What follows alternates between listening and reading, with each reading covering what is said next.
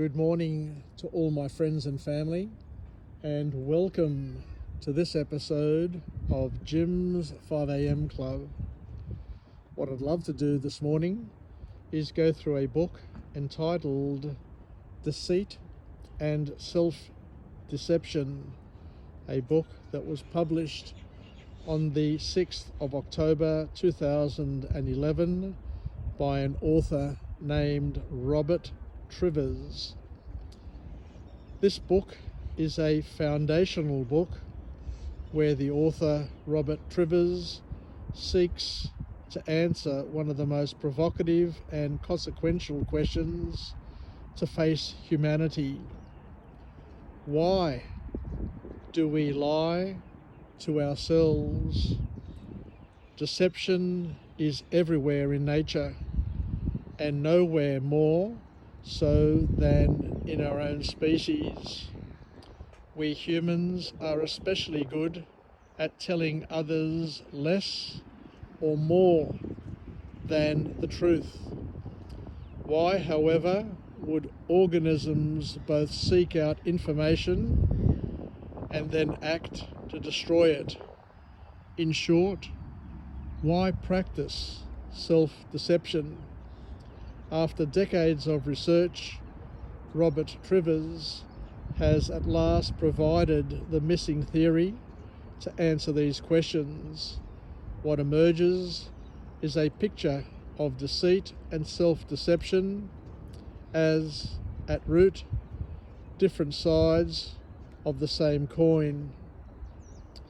We deceive ourselves the better to deceive others and thereby reap the advantages.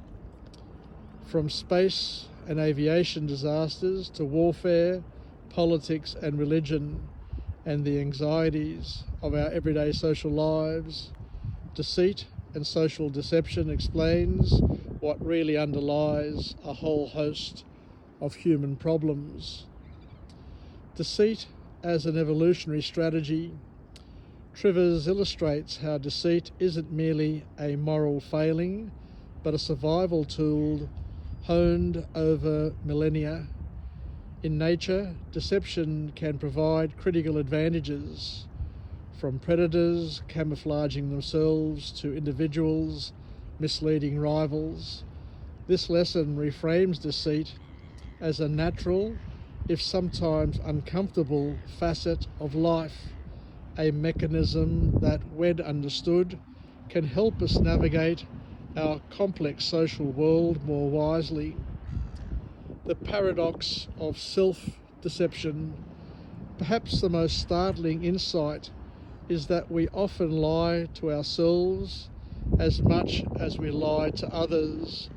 Trivers argues that self-deception is not a flaw, but an adaptive strategy. By convincing ourselves of a more favourable reality, we may better persuade others and paradoxically function more effectively in environments that demand confidence, even when our inner truth is far less assured. We need to look at trust and vulnerability in human relationships. Deceit in its many forms shapes our most intimate connections. Trivers explains that while honesty builds trust, our innate tendencies to deceive both others and ourselves often undermines genuine relationships. Recognizing these patterns can encourage us to strive for greater authenticity, making our bonds with others stronger and our interactions more sincere. The cost of self-deception is examined, yet self-deception carries a heavy price. When we refuse to face uncomfortable truths, we risk making decisions based on distorted realities. Trivers' work underscores the importance of cultivating and curating self-awareness, challenging our internal narratives before they lead us down paths of regret, stagnation, or repeated mistakes.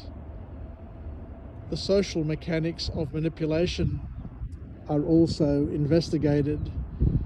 In the realm of human interaction, deceit is often a tool wielded for influence and control. Trivers dives into how individuals use deception not just for personal gain, but to shape social hierarchies and manipulate perceptions. Understanding this dynamic empowers us to be more critical of the information we receive and the intentions behind it, fostering a healthier skepticism in our everyday communications. We look at the adaptive nature of deception. It's a counterintuitive truth that some forms of deception, including self-deception, can enhance our survival by allowing us to maintain optimism and reduce internal conflict. Self-deception can sometimes spur us to take bold actions or persist in the face of adversity. This lesson challenges the conventional view of honesty as the sole path to success, suggesting that a measured dose of illusion may be necessary for resilience and ongoing success. And the last key point to come from this book is where we look at evolving beyond the need for deception. While deception has its evolutionary merits, Trivers also envisions a future where increased self-awareness and a commitment to truth can reshape our personal and social landscapes. By striving to understand and eventually overcome our propensity for self-deception, we unlock the potential for more authentic, fulfilling lives where decisions are made based on reality, not comforting falsehoods. Ultimately, deceit and deception is a call to arm ourselves with critical thinking. When we learn to question our assumptions and challenge the narratives we've long accepted, we gain the freedom to see the world more clearly. This empowerment is not just about personal growth, it's about fostering a society where truth and transparency lead to healthier and more trusting relationships. So thank you once again for joining me on this episode of Jim's 5am Club, and I look forward to coming to you again from another place and with another message of empowerment.